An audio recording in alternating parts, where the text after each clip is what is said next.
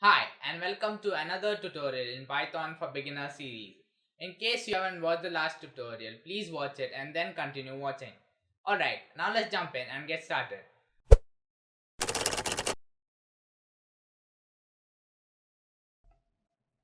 In this tutorial, I will talk to you guys about for loops in Python. We use loops to iterate over items of a collection, such as a string, because a string is a sequence of characters. So we can use for loop to iterate over each character of a string and do something with it. Here is an example. We type out for, then we define a variable. This is what we call a for loop. For each iteration, this variable will hold one item. So let's call it item, then in. And here we type out our string, Python, and then colon. So with this for loop, we can iterate over this string. And this variable will hold each iteration. In the first iteration, it will be set to p. In the second iteration, it will be set to y. In the third iteration, it will be set to t, and so on. So here we are inside for block. So anything we type here will be executed. So for now, we can simply print item. Let's run this program and see what happens. So you can see each character in our string is printed on a new line. Let's look at another example.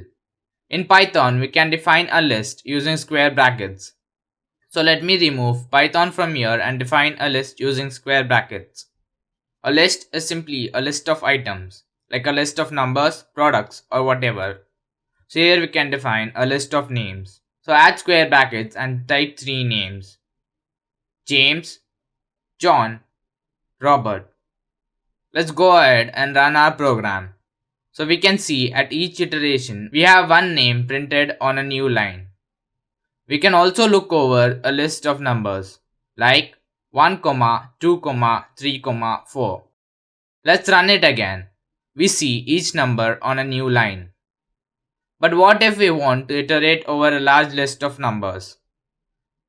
So that is where we use the range function.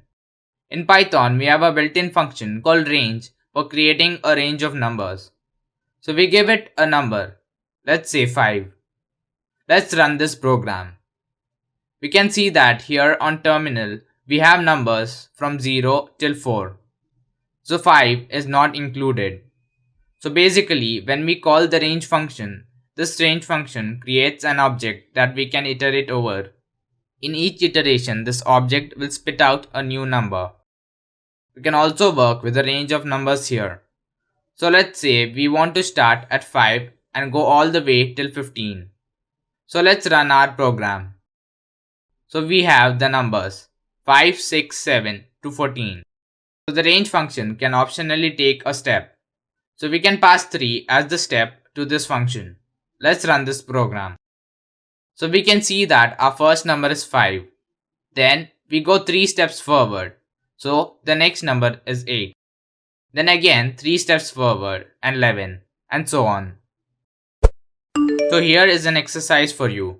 Remember you went to a fruit store to buy some fruit?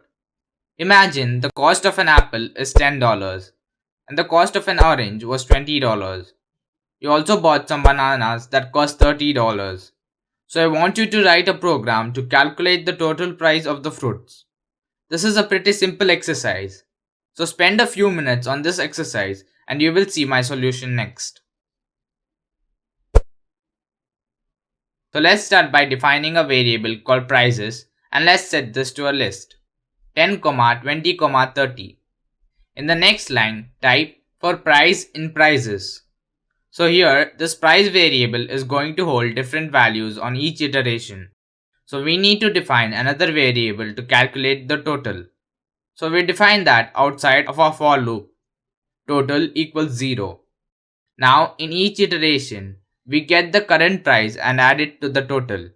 So prices equals 10, 20, 30 and then for price in prices. In the next line, type total plus equals price.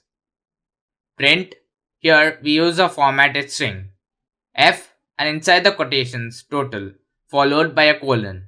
Now inside the curly braces type total. So let's run this program. So the total price is 60. So that is it for this tutorial. Please support my hard work by liking this video and sharing it with others. Also leave a comment letting me know what more do you want to learn in this beginner series. And also subscribe to my channel for more tutorials like this. Thank you so much for watching and I hope to see you soon.